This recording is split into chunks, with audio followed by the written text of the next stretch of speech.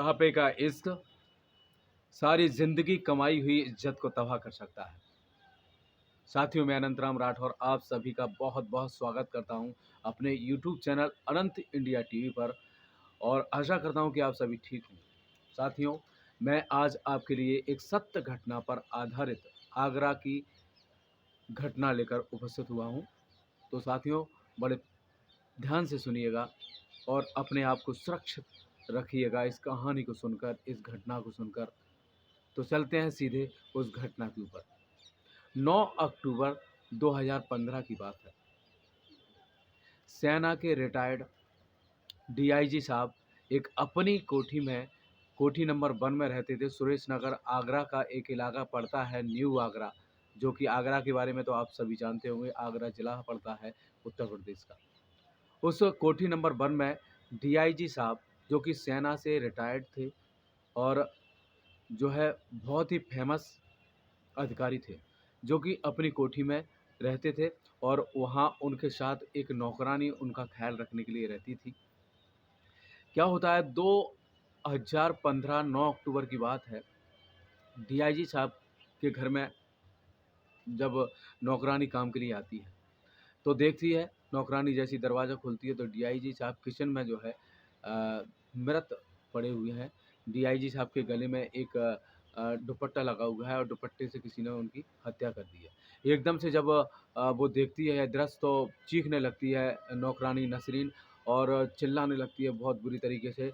और चिल्लाने के बाद में जाके जब बाहर चिल्लाती है तो बहुत सारे लोग इकट्ठे हो जाते हैं। इकट्ठे होने के बाद में जाके फिर पुलिस को बुलाया जाता है। पुलिस आती है, पुलिस देखती है कि डीआईजी साहब शहर के इतने बड़े माने हुए आदमी का आज जो है कत्ल हो गया है, डीआईजी साहब का कत्ल हुआ है। तो यह सुनकर सारी मीडिया में खबर फैल जाती है और चारों तरफ जो है सख्ते में पुलिस आ जाती है ना? और सब लोग बातें करने लगते हैं कि जो है समाजवादी सरकार में ऐसे उल्टे-सीधे काम हो रहे हैं। जब डीआईजी साहब को कोई नहीं छोड़ेगा, बख्शेगा, तो हम सारे लोगों का क्या हाल होगा? पुलिस तफ्तीश में लग जाती है, बहुत सारी जानकारी जुटाती है, फिर अपनी नौकरानी नसरीन से पूछती है। उसकी रिटायर्ड ऑफिसर की नौकरानी से पूछती है पुलिस कि सब हाल बताइए कि तुम कैसे आई इस घर के अंदर और कैसे जो है डीआईजी साहब की तुमने क्या देखा? तो नसरीन बताती है कि मैं जब आई थी तो डीआईजी साहब वहाँ एकदम ऐसे ही हालत में पड़े हुए थे, उनके गले में वो दुपट्टा बंधा हुआ था और उसके बाद में जाके डीआईजी साहब उम, मतलब मृत पड़े थे। अब पुलिस को जानकारी नहीं मिल पा रही है और फिर उसने बताया कि और कुछ जानती हो तो बताओ।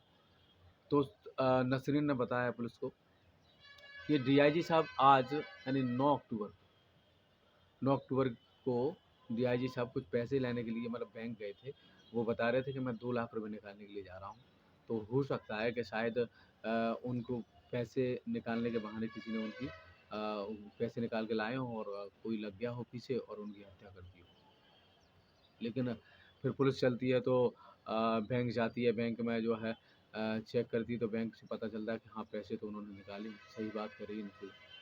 लेकिन उसके बाद क्या हुआ, डीआईजी साहब ने पैसे निकाले हैं, उसके बाद में जाके पुलिस सख्ती में आ जाती है और पुलिस को यह जानकारी नहीं मिल पा रही है कि हुआ क्या है। आखिर पुलिस चारों तरफ बहुत परेशान हो जाती है। आस-पास के सीसीटीवी फुटेज वगैरह जो बैंक से थे उधर से निकलवाती है, लेकिन कोई भी जो है डीआईजी साहब की मृत्यु का पता नहीं चल पा रहा है। सब लोगों को मैं वह था कि डीआईजी साहब इतने अच्छे इंसान थे और उनकी इस तरीके से उनकी जो है मर्डर कर दिया जाता है। तो साथियों, पुलिस तह तक जाने की कोशिश कर रही थी लेकिन मालूम नहीं चल पा रही थी। फिर पुलिस जो है नसरीन को दोबारा से फिर बुलाती है और नसरीन से दोबारा से पूछताछ करती है, तुम दोबारा से सही से बताओ कि आखिर हुआ क्या था? क्या बात है? तो नसरीन बताती है कि पैसे निकालने के लिए गए थे, वही जो पहले बताई थी वही कहानी, कि पैसे निकालने के लिए गए थे 2 लाख रुपए और ऐसे-ऐसे।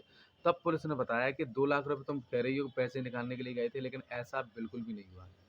उन्होंने डीआईजी साहब ने 5 अक्टूबर 2015 को अपने बैंक खाते से 27,000 रुपए निकाले हैं और 9 अक्टूबर को उन्होंने 42,000 रुपए निकाले हैं।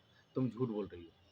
तब पुलिस क्या करती है, नसरीन को थाने ले जाती है और सख्ती से नसरीन से जब पूछा जाता है तो नसरीन अपना गुनाह कबूल कर लेती है। नसरीन बताती है कि इनके घर पे बहुत सारे लोगों का आना जाना था और मुझे 2500 रुपये में इनके पास रखा गया था। इनकी पत्नी की लगभग 2007 में मृत्यु हो गई थी और उसके बाद में जाके अकेले पड़ गए थे, तो मैं नौकरी करने के लिए इनके घर पर रह रही थी और 2500 मुझे तनख्वाह मिलती थी।